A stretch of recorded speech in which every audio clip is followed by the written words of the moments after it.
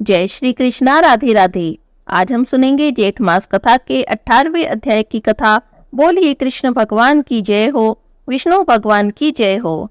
पिछले अध्याय की कथा में सावित्री ने धर्मराज जी से कुछ प्रश्न पूछे थे। धर्मराज जी उन सभी प्रश्नों का विस्तार से उत्तर दे रहे हैं और उत्तर देते समय धर्मराज जी कहते हैं, हे देवी, वैष्णव दो प्रकार के होते हैं, सकाम और निष्काम। सकाम वैष्णव कर्म प्रधान होते हैं और निष्काम वैष्णव केवल भक्त होते हैं।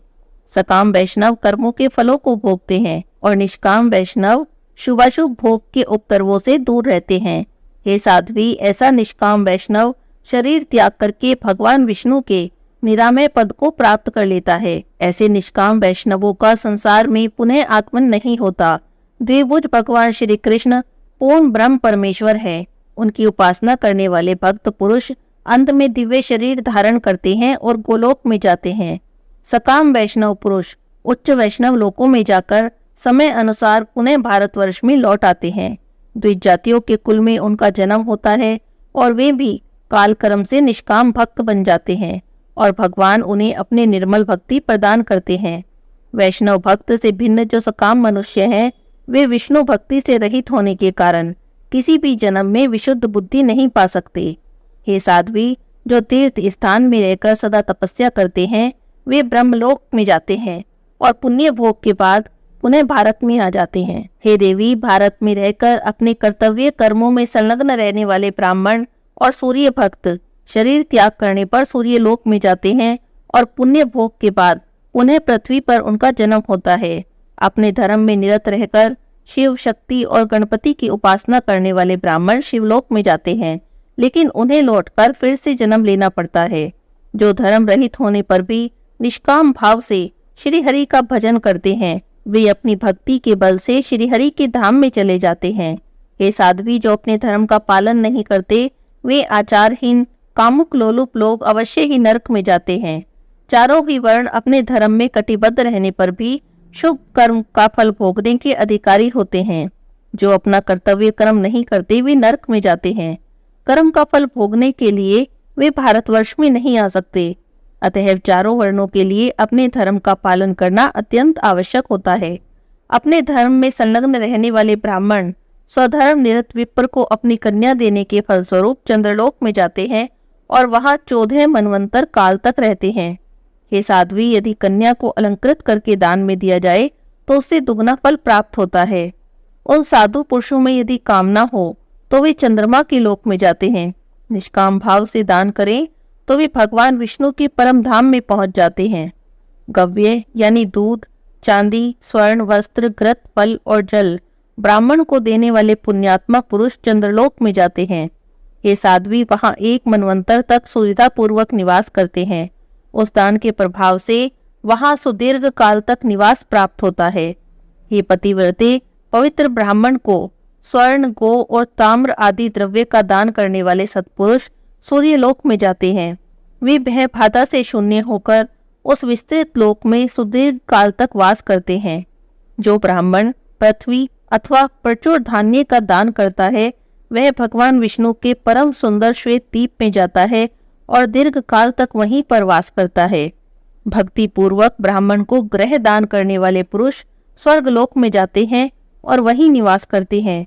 वे उस लोक में उतने वर्षों तक रहते हैं जितनी संख्या में उस दान ग्रह के रजकण हैं। मनुष्य जिस जिस देवता के उद्देश्य से ग्रह दान करता है, अंत में उसी देवता के लोक में जाता है और घर में जितने धूली कण हैं, उतने वर्षों तक वहां पर वास करता है। अपने घर पर दान करने की अपेक्षा देव मंदिर में दान करने से चौगुना फल प्राप्त होता है।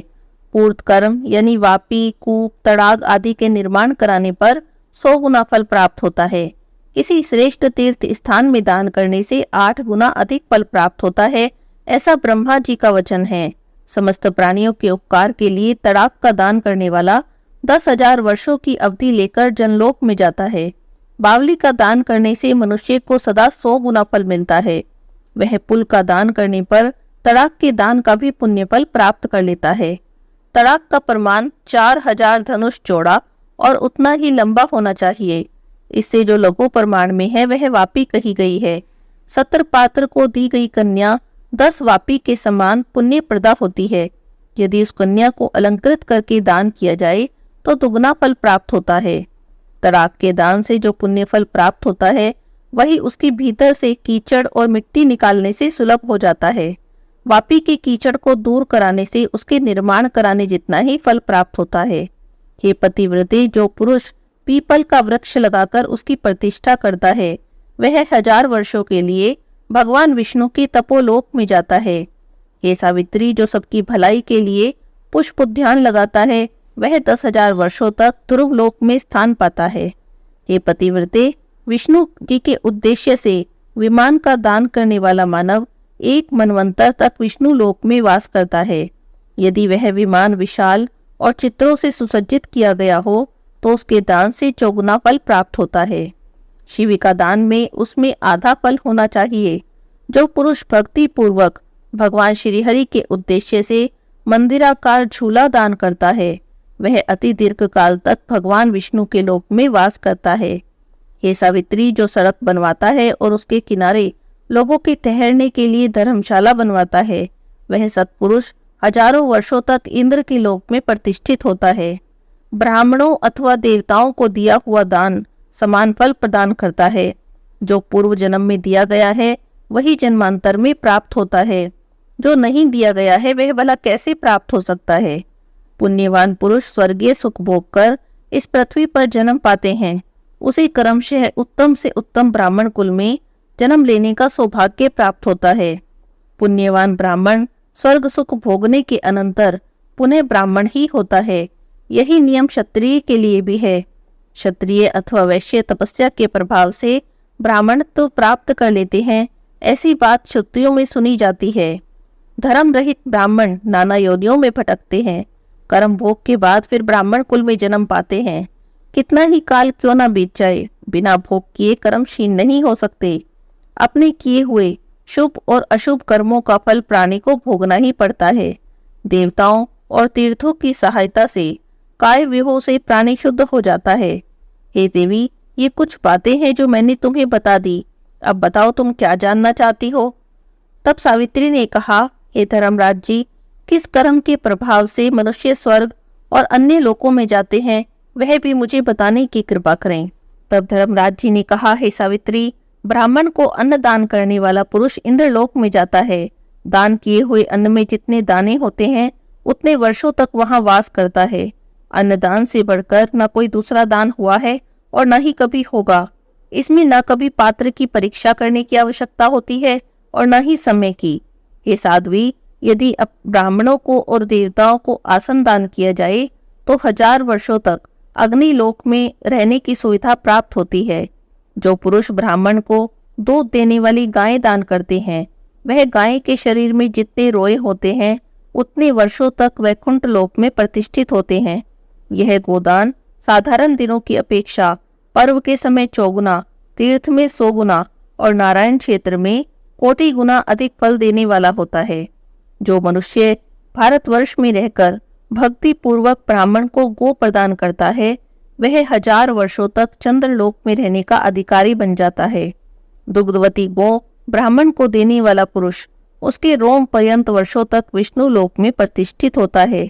जो ब्राह्मण को वस्त्र सहित शालिग्राम शिला का दान करते हैं वह चंद्रमा और सूर्य की स्थिति काल तक वैकुंठ में सम्मान पूर्वक रहते हैं। ब्राह्मण को सुंदर स्वच्छ छत्र दान करने वाला व्यक्ति हजारों वर्षों तक वरुण के लोक में आनंद से रहता है। हे साध्वी, जो ब्राह्मण को 2 पादुकाएं प्रदान करते हैं उन्हें 10,000 वर्षों तक वायु लोक में प्रतिष्ठा प्राप्त होती है। मनोहर दिव्य शैया ब्राह्मण को दान देने से दीर्घ काल तक चंद्रलोक में प्रतिष्ठा होती है। जो देवताओं और ब्राह्मणों को दीप दान करते हैं वह ब्रह्मलोक में वास करते हैं। उनके पुण्य से उनके नेत्रों में ज्योति बनी रहती है और वह कभी यमलोक में नहीं जाते। इस भारतवर्ष में जो मनुष्य ब्राह्मण को हाथी दान करते हैं वह इंद्र की आयु पर्यंत उनके आधे आसन पर विराजमान होते हैं। ब्राह्मण को घोड़ा दान देने वाले मनुष्य वरुण लोक में आनंद करते हैं। ब्राह्मण को उत्तम शिविका पाल की प्रदान करने वाला विष्णु लोक में जाते हैं। जो ब्राह्मण को पंखा या सफेद चंवर अर्पण करता है वह वायु लोक में सम्मान पाता है। जो ब्राह्मणों को धान का पर्वत देता है, वह धान के दानों के बराबर वर्षों तक विष्णु लोक में प्रतिष्ठित होता है। दाता और लेने वाला दोनों ही वैकुंठ लोक में प्रतिष्ठित होते हैं। जो भारतवर्ष में भगवान श्री हरि के नामों का कीर्तन करते हैं, उन चिरंजीवी मनुष्यों को तो देखते ही मृत्यु भाग जाती है। जो विद्वान मनुष्य पूर्णिमा को रात भर दोलोत्सव मनाने का प्रबंध करते हैं, वह जीवन मुक्त हो जाते हैं।